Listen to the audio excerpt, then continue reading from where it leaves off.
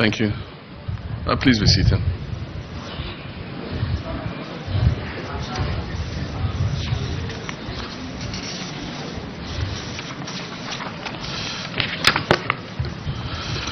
Your Excellency, the Vice President of the Republic of Ghana, the Honorable Chief of Staff, senior officials of the Presidency, newly sworn-in Ministers of State, distinguished invited guests, families and friends, ladies and gentlemen, friends of the media. Exactly a month today, I took the oath to become the 6th President under the 4th Republic and the 12th head of state since independence. I did so with the hopes and aspirations of millions of my fellow citizens weighing heavily on my shoulders. The Ghanaian people, in a resounding electoral mandate, have returned me to the high office of President with one charge, and that is to reset our dear nation while offering honest governance that yields tangible benefits for them. The urgency to reset our dear country is the reason why we have worked round the clock to constitute our government in record time so we can get things done quickly and efficiently. In this period, since I was sworn in, we've constituted a working presidential staff for both the office of the President and the office of the Vice President. We've set in motion the processes for constitutional review by establishing a Constitution Review Committee. We've initiated work on the National Economic Dialogue with a planning committee already hard at work. We've announced the promised National Education Review Dialogue Committee. We began the National Tripartite Committee negotiations with a view to setting the base pay and minimum wage. We've announced the 2025 Hajj Fair, which is 13,000 Ghana cedis cheaper than what it was in the last year, among others. We've gathered here again today to witness the induction into office of 17 ministers who have gone through vetting and have been approved by Parliament. They represent the final installment of substantive ministers and brings to 42 the total number of substantive ministers who have been sworn in. Earlier this week, I nominated in consultation with the relevant sector ministers 13 deputy ministers pending parliamentary approval. It is my expectation that Parliament will expedite vetting of the deputy ministerial nominees to complete the process and enable them to take office in support of their ministers. In the coming days, I'll be nominating the last remaining 4 deputy ministers to bring the total number of ministers to 60, as I promised the people of Ghana.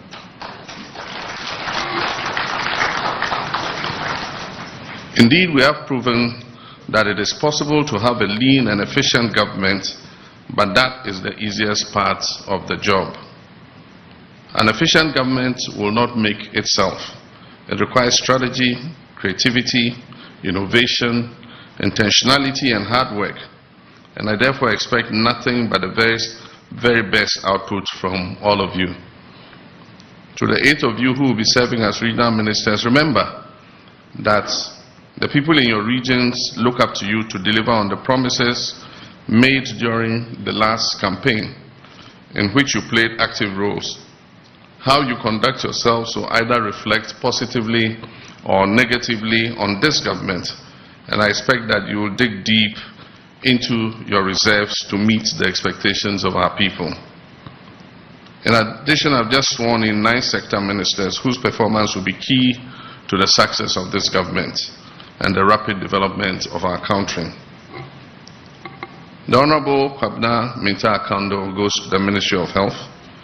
It will be your duty to supervise a health sector that is plagued by numerous complex challenges with regards to personnel and health facilities, but also in dealing with any possible pandemics like COVID-19, which can disrupt our very existence if they break out again. You therefore have the task of proofing all Ghanaians against effects of such disease and ensuring that our health system is robust and resilient to withstand such crises. As Foreign Minister, Honorable Okucheto-Ablakwa, you will have to bring the same dynamism and commendable work ethic for which you are known to navigating the complex maze of international diplomacy in a fast-shifting geopolitical environment. I have every intention of taking you up on your word regarding economic diplomacy, which will be crucial to repairing our reputation as a nation following the disastrous economic crisis that led to a loss of confidence in our economy by the international investment community. An ever-pressing issue. I look forward that you, Honorable Alhaji Baba Isifu Seidu, will bring your wealth of experience and exposure to bear on our efforts as a country to contribute to the global efforts to combat it. I've made drastic changes to government information dissemination machinery, and I've picked you, Honorable Felix Kwachi Ofosu, to lead the effort as Minister of State for Government Communications to modernize and sharpen how this government interacts and interfaces with the Ghanaian people. Honorable Rashid Hassan Pelko, you come into office at a time when we have inherited the worst unemployment situation in our country's history, with millions of Ghanaian youth despairing over the frustration of not being able to find a job. It will be your mandate to work with stakeholders to turn this situation around and also foster a harmonious labor-government relationship. To Dr. Ibrahim Murtala Mohammed as Minister of Environment, Science and Technology, you will have the unenviable task of safeguarding Ghana's environment, which has been in great peril from the activities of Galamsey and other environmental terrorism. You also have the responsibility of promoting Ghanaian technology and making it competitive.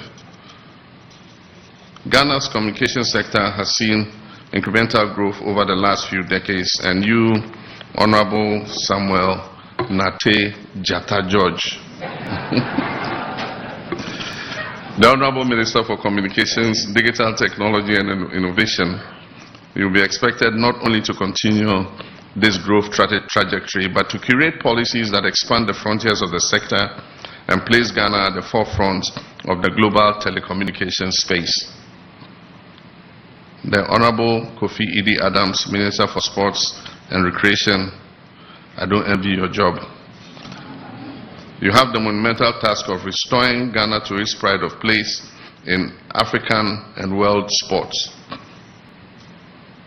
The shambles that is Ghana sports today is completely unacceptable for a country with our pedigree, and I expect that you inject transparency, professionalism, and modernity into the management of the sector.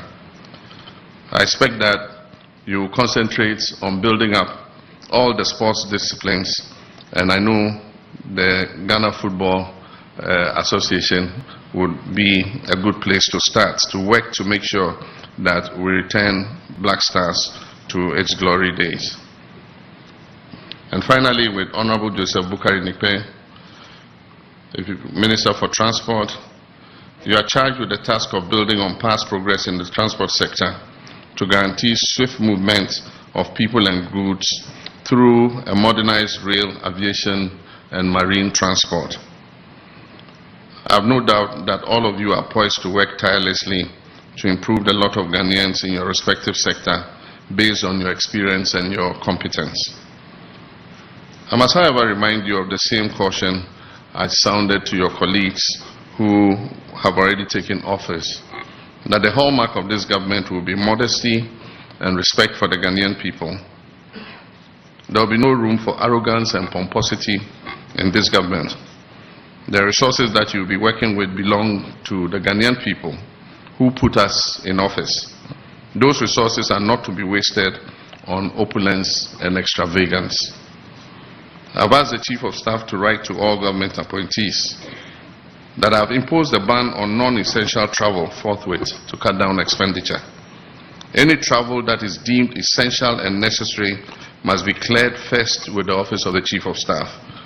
And such travels will have to be undertaken in modesty, no first class.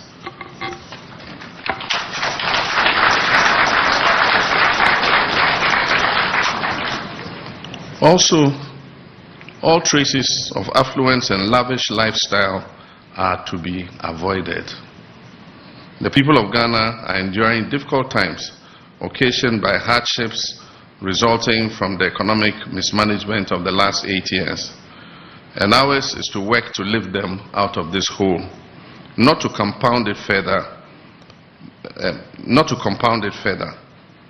On Monday, I'll be receiving the report of the committee I set up to prepare the way for the implementation of Operation Recover All the Loot, oral.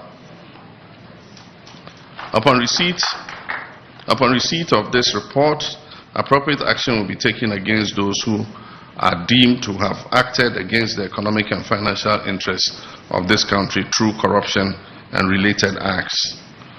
While it is all well and good to hold past office holders accountable for their actions, it is even better to prevent the incidence of corruption in the first place.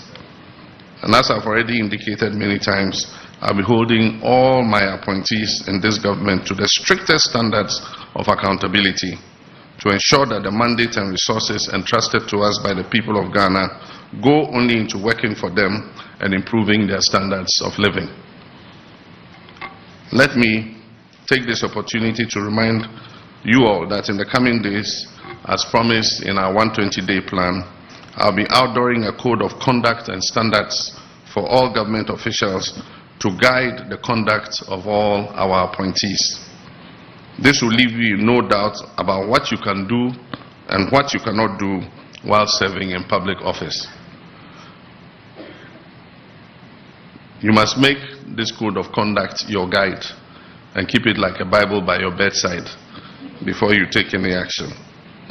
I made a solemn pledge in our Resetting Ghana manifesto to lead by example and to serve with dedication, selflessness, and deep love for country. I intend to fully keep that pledge to the people of Ghana. And my biblical instruction: therefore, as ye go forth into your new roles, remember once again that our ministry as a government is not to dispossess the people we govern of their dignity, their livelihoods and opportunities.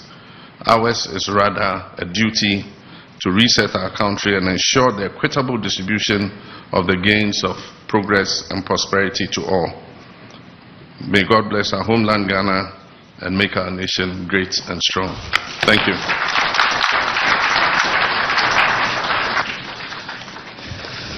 Thank you very much, Your Excellency. Thank you so very much. You may now breathe easy. It is